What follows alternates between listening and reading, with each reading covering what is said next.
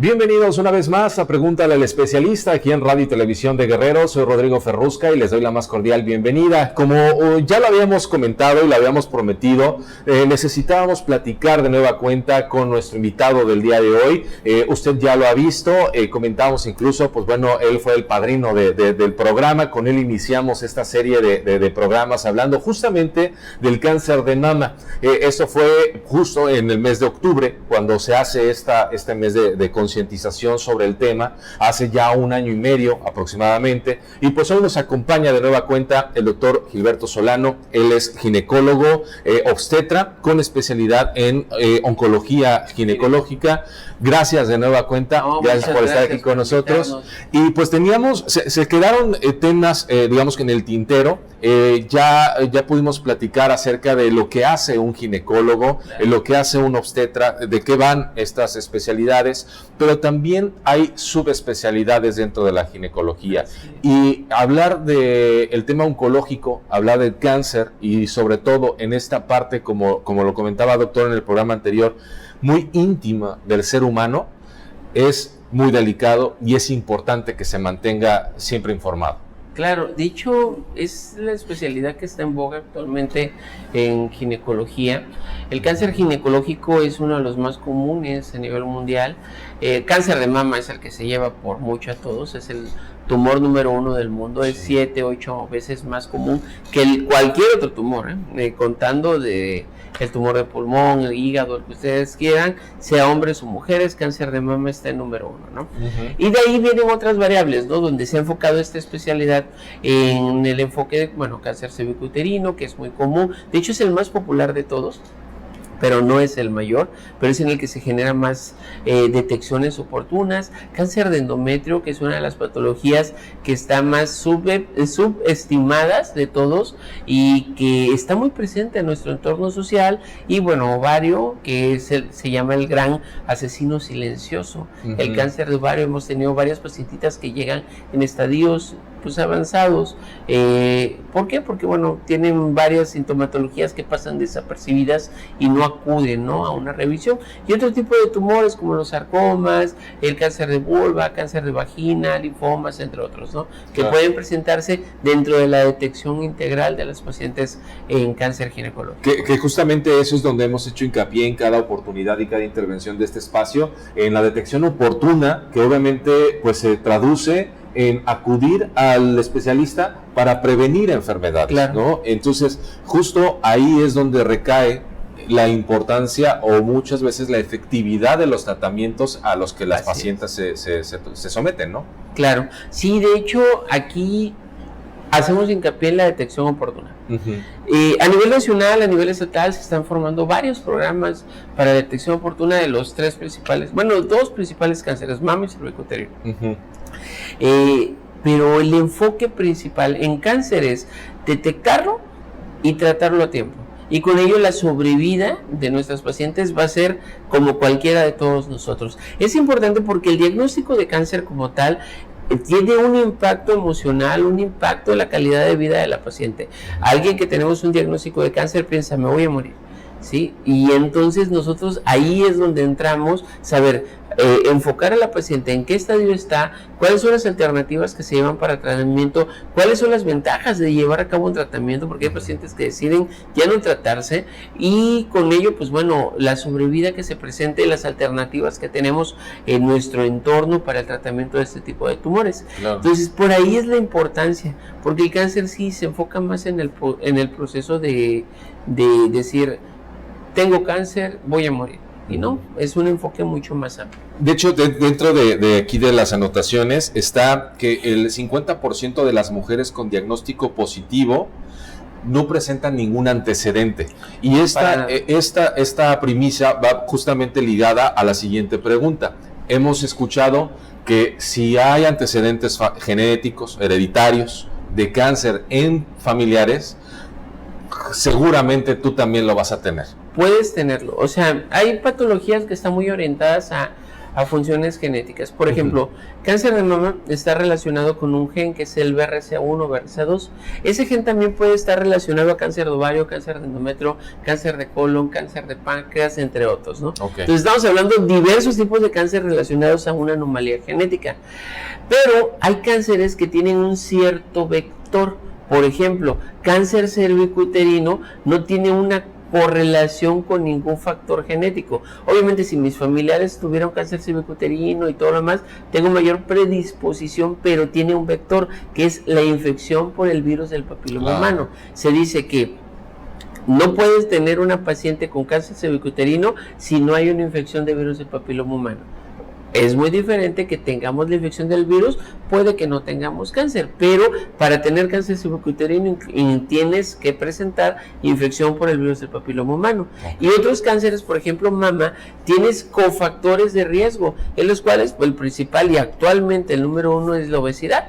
Sí, alteraciones nutricionales que podemos tener, el exceso de estrógenos, la falta de lactancia, el que tengas lesiones invasoras previamente, radiaciones, tabaquismo, entre otras cosas, y el factor genético. Pero el 50% de las pacientes detectadas con cáncer de mama no tenían ningún factor genético. O sea, es una balanza, pero si tienes todos estos factores y se entornan por ser mujer en cáncer de mama, pues sí va a ser mucho más la prevalencia que se puede presentar, ¿no? Recordando así, haciendo un paréntesis, cáncer de mama es el más común, 1 de cada 8 mujeres después de los 40 años puede presentar algún estado de esta enfermedad. Entonces ahí es la importancia de cáncer de mama. Y todos los demás, pues bueno, son revisiones constantes. Endometrio, por ejemplo, es el tumor más común ginecológico en países de alto desarrollo y tiene 2 factores, uno por factores hormonales y otro por factores genéticos. El por factor hormonal, ya dijimos, la sobreestimulación estrogénica genera un engrosamiento del endometrio que si este tiene la potencialidad para generar alteraciones o generar alteraciones a nivel celular y desarrollar un cáncer, lo va a desarrollar. ¿Y cuál es el principal estimulador genético de todos ellos? Pues la obesidad, ¿no? Esa es la principal. Y también puede haber una alteración de una afección en el BRCA1 o BRCA2 que aunque no tuvieras ningún otro factor se desarrolla un tumor a nivel de endometrio, pero es más común el otro. Ahorita que mencionaba el cáncer de endometrio, justamente esta, digamos que la enfermedad o el padecimiento, la endometriosis, cuando justamente se inflama el endometrio, deriva o van de la mano. O sea, cuando se dice la persona tiene endometriosis, ¿es cáncer de endometrio o puede ser tratable y evitar llegar a un cáncer? Bueno, para dividir, la terminación de endometriosis es un proceso inflamatorio del endometrio y que puede generar implantaciones. Es una patología diferente. Muy bien. Y el cáncer de endometrio, el crecimiento normal del endometrio se llama hiperplasia endometrial. La hiperplasia endometrial es un crecimiento desorganizado del mismo endometrio y se puede dividir con atipias o sin atipias, compleja o simple. Y su nombre mismo los dice, entre más atipias y más compleja tengo mayor porcentaje de que pueda desarrollar un tumor maligno.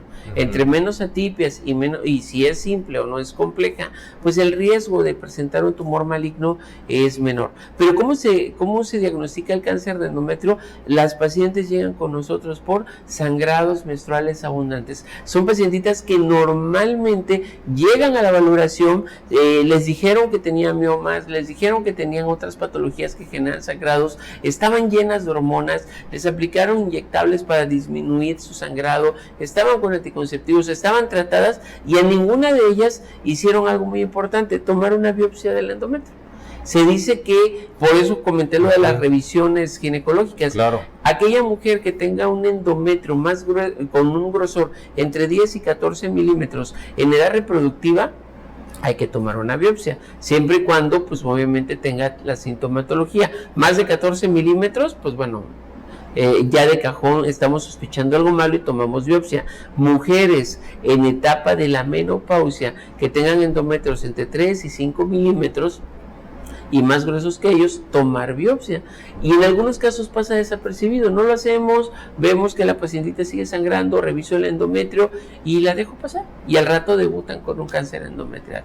Y nada más controlo la sintomatología. O en su caso, muchas pacientitas las operan diciendo, bueno, te voy a operar, y no hicieron el protocolo completo, y la cirugía, cuando ya reporta el cáncer endometrial, queda como cirugía incompleta. Y tenemos que o completar la cirugía, ampliarla completamente, o enviarla directamente a quimio-radioterapia, ¿no? Que cuando se hubiese protocolizado adecuadamente desde un principio, con la pura cirugía tenía como tratamiento, ¿no? Claro. La cirugía oncológica, obviamente.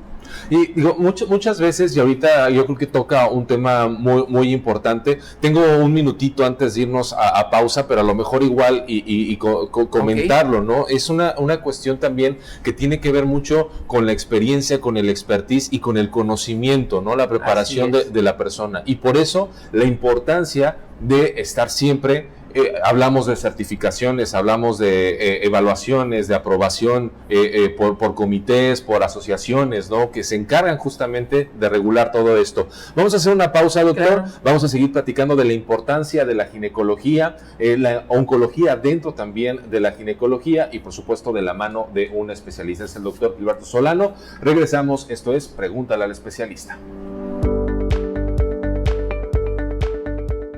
Gracias por continuar con nosotros. Esto es Pregúntale al Especialista. El día de hoy estamos platicando con el doctor Gilberto Solano. Él es ginecólogo obstetra con especialidad en oncología ginecológica. Y platicábamos, doctor, que pues bueno, antes de irnos a la pausa, la importancia que tiene el acercarnos con personas avaladas, con personas profesionales, certificadas, con su cédula, con todo lo que debe de llevar un profesional de la salud y más en estas áreas. Decíamos que a veces un mal diagnóstico pues puede generar una complicación fuera de ayudar al paciente, ¿no? Aquí la importancia es llevar los protocolos adecuados.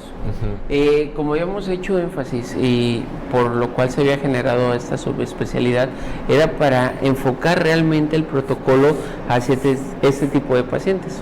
El ginecólogo como tal ya tenía ciertos criterios para el diagnóstico, pero ya con el enfoque diagnóstico integral, con el conocimiento de causa de estas patologías oncológicas, pues podía ampliar mucho más el criterio diagnóstico.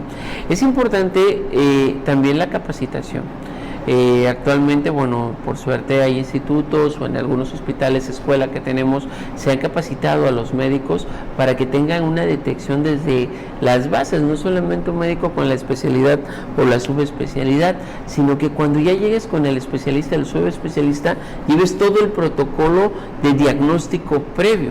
Un ejemplo es cáncer de mama, que cáncer de mama no poder esperar a que tener una sospecha hasta que llegas con el ginecólogo oncólogo, sino desde un principio el médico general ya la exploró, ya detectó la bolita, pidió los estudios que se tenían que pedir y cuando ya tenía la alta sospecha ya nada más la enviabas a la biopsia definitiva.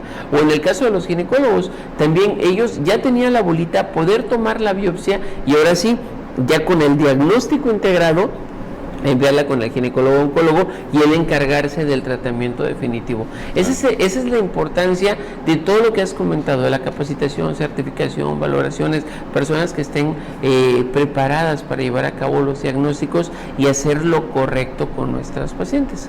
¿Por qué? Porque yo podría pedir una batería inmensa de diagnósticos, a ver aquí en latino, ¿no? Pero no, es ser específico sobre el punto esencial del padecimiento que yo estoy sospechando, claro, ¿no? Al final de cuentas.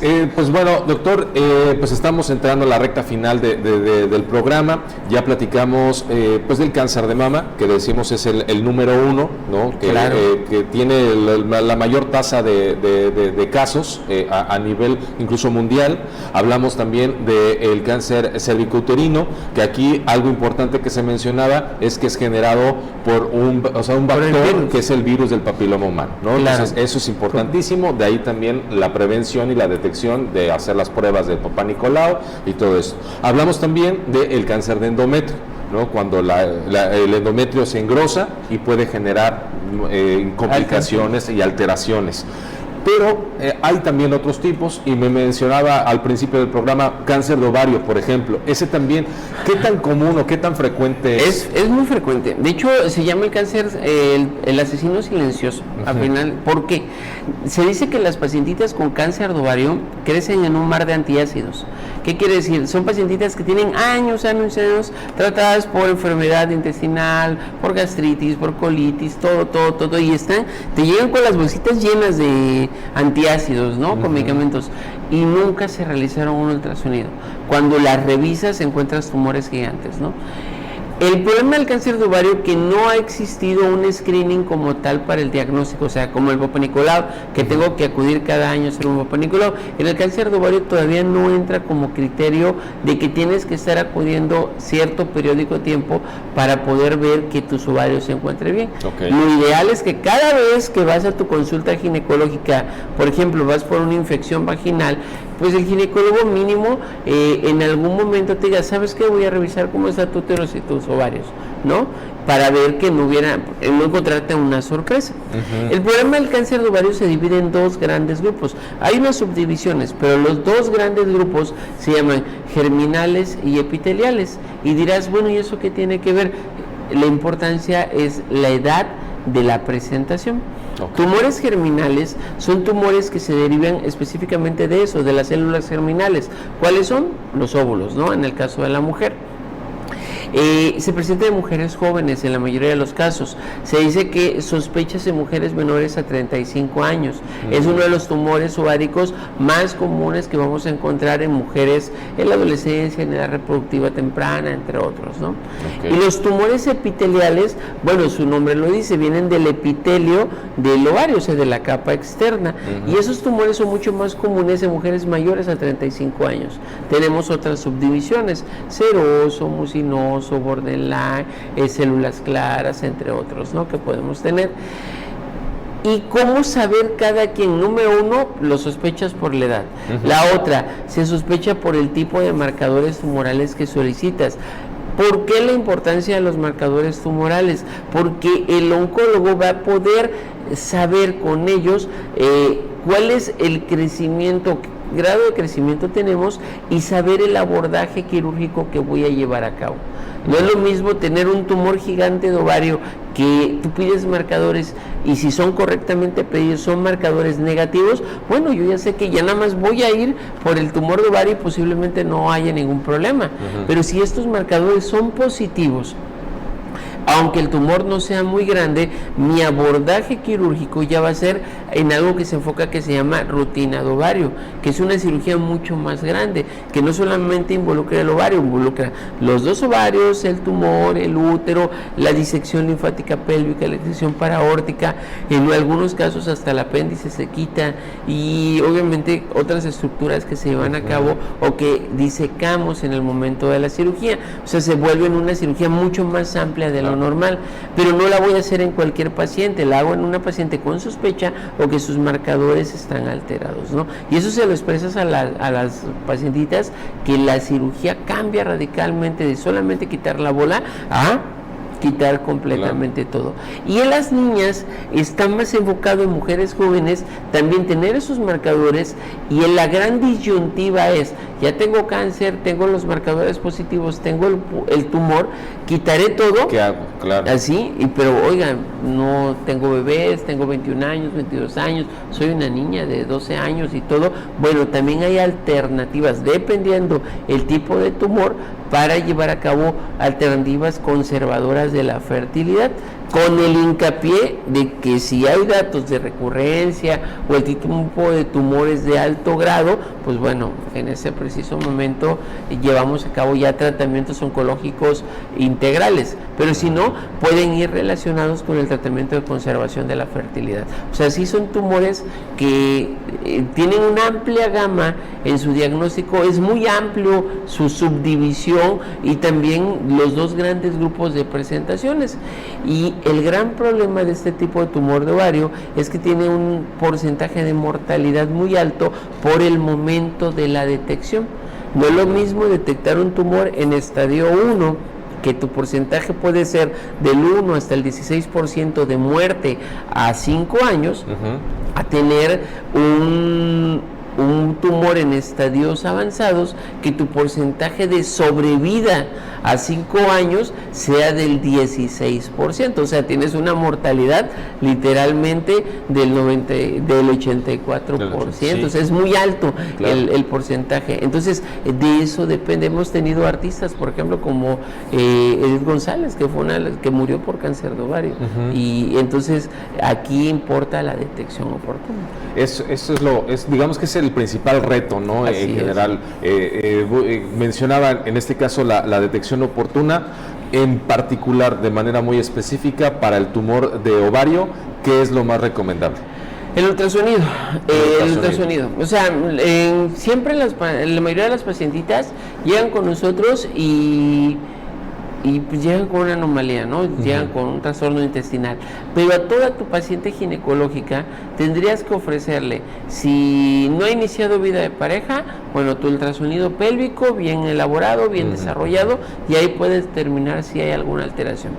En aquellas pacientitas que ya iniciaron su vida reproductiva, no solamente tenemos el ultrasonido pélvico, sino tenemos el ultrasonido endovaginal para ver adecuadamente que el ovario no tenga ninguna anomalía en su desarrollo, en su crecimiento. Y ya, si yo encuentro alguna normalidad, solicitar estudios específicos o marcadores tumorales específicos para lo que yo estoy observando, dependiendo de la edad, el tipo de tumor, entre otras cosas, ¿no? Muy bien. Pues, doctor, digamos que de estos trastornos o de estos padecimientos que hemos hablado, ¿hay alguno que se sume a la lista o que a lo mejor, pues, de pronto, en este último, digamos, en el año y medio de la primera vez que nos vimos al día de hoy, que de pronto haya cambiado el panorama o que necesite más atención? Más atención. El que más atención en realidad debería tener es endometrio. Endometrio, por mucho. Cáncer cervicuterino y cáncer de mama, ellos ya tienen sus propios programas. De hecho, existen. Cáncer de mama tenemos hasta un mes, ¿no? Que es octubre, los programas de detección oportuna. Aquí ya nada más cabe hacer hincapié que se lleven a cabo adecuadamente, que abarquen todo lo que corresponde, porque en una estadística que manejábamos en el Instituto Estatal de Cancerología, la población de cáncer de mama y cáncer cervicuterino era muy similar, se manejaba muy similares, era más mama, pero por 2 décimas, o sea, por muy poco, ¿no? Que así lo debería ser, porque a nivel mundial mama es 4 o 5 más veces que cualquier tumor. Claro. Pero bueno, eso ya tienen programas especiales. Cáncer cervicuterino tiene el programa de cáncer a la mujer. De hecho, la Secretaría de Salud es un programa integral. Casi todos los hospitales generales tienen una clínica de colposcopía, que ahí refieren todos los papanicolaos anormales y de ahí se deriva, ¿no? Para cancerología. Pero cáncer de endometrio está completamente abandonado.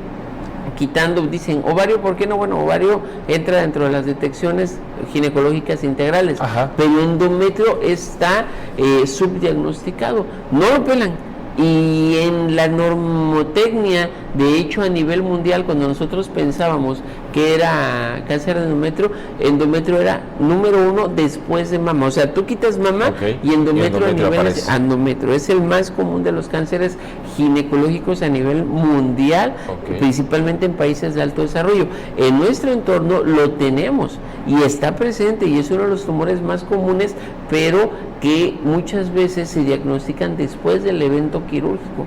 Se operan por otras cuestiones y se evitan llevar a cabo el tratamiento adecuado. Pues, doctor, pues le agradezco nuevamente el tiempo, el espacio dentro de su agenda. Hemos llegado al final de este programa. Rápidamente, ¿dónde lo podemos encontrar? Número y consultorio. Sí, Torre Médica Papagayo, piso 2, consultorio 204, el número 7441-247523, y con gusto los atendemos. Es el doctor Gilberto Solano. Él es ginecólogo obstetra con especialidad en oncología ginecológica, a quien agradezco de nueva cuenta el estar aquí con nosotros, y a todos ustedes, gracias por permitirnos acompañarle. Recuerde estar pendiente de las redes sociales, comparte el programa, si tiene algún familiar, algún conocido, algún amigo, hágale llegar esta información si usted considera que es de importancia. A nombre de todos los que hacen posible este espacio, muchas gracias. Soy Rodrigo Ferrusca, hasta la próxima.